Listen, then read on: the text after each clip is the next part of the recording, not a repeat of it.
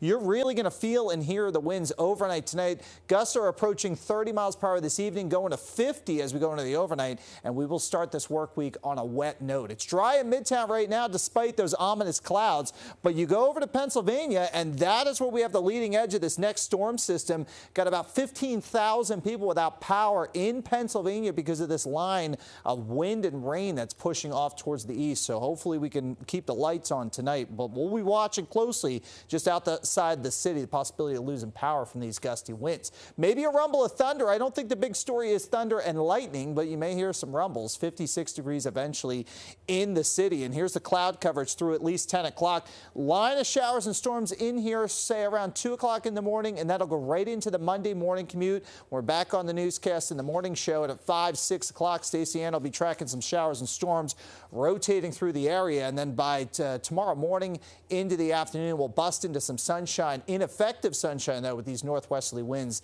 that are really going to bring in and pull down the cooler air.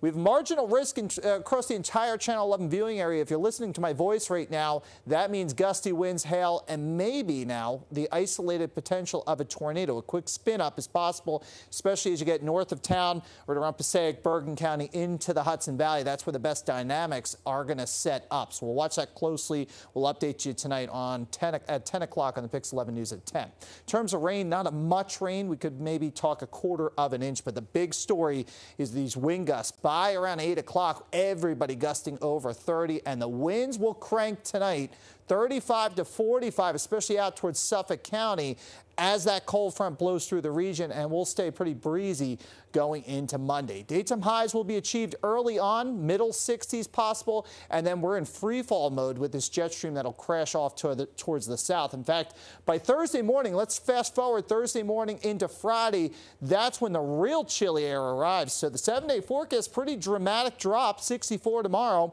We'll get back closer to 70 on Tuesday, and then back down we go Thursday and Friday. High temperatures struggling to get to 60 degrees, but the big story are the big winds overnight tonight.